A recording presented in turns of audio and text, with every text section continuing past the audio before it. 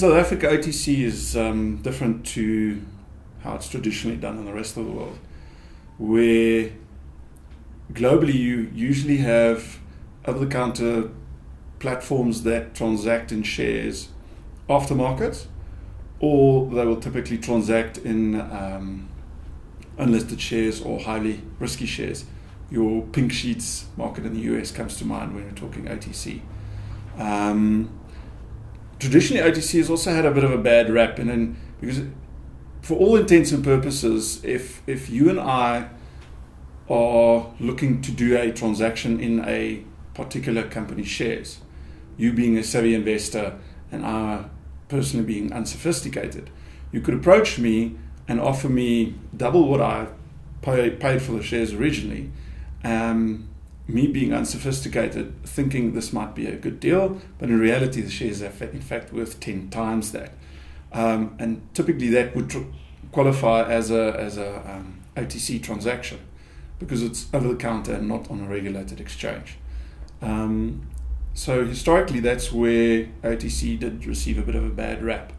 And what we at Equity Express have done is we formalized that unclear, uncertain process. So in short, what our platform allows investors and companies to do is create a transparent, over-the-counter marketplace where willing buyers and willing sellers are able to transact with as much information as possibly available to them. So the whole platform is web-based, and in South Africa, a typical niche for OTC trading are things like co-op shares. You remember the Pioneer Foods, Senveses, the Co-op Agris, all these agri co-ops that became corporatized, and effectively their corporate co-op memberships converted into shares. So those shares would then trade on an over-the-counter basis. Another good example is Clover, Pioneer and Clover. Naspers, oddly enough, started on an OTC basis, and all of these companies are actually very large listed corporates on the JSE today.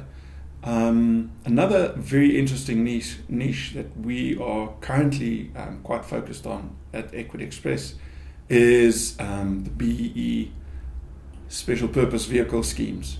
The reason why we're in this space is simply because BEE schemes tend to have a myriad of rules related to them. So not one scheme's got the same set of rules as the next, making it quite complex to list on the JSE.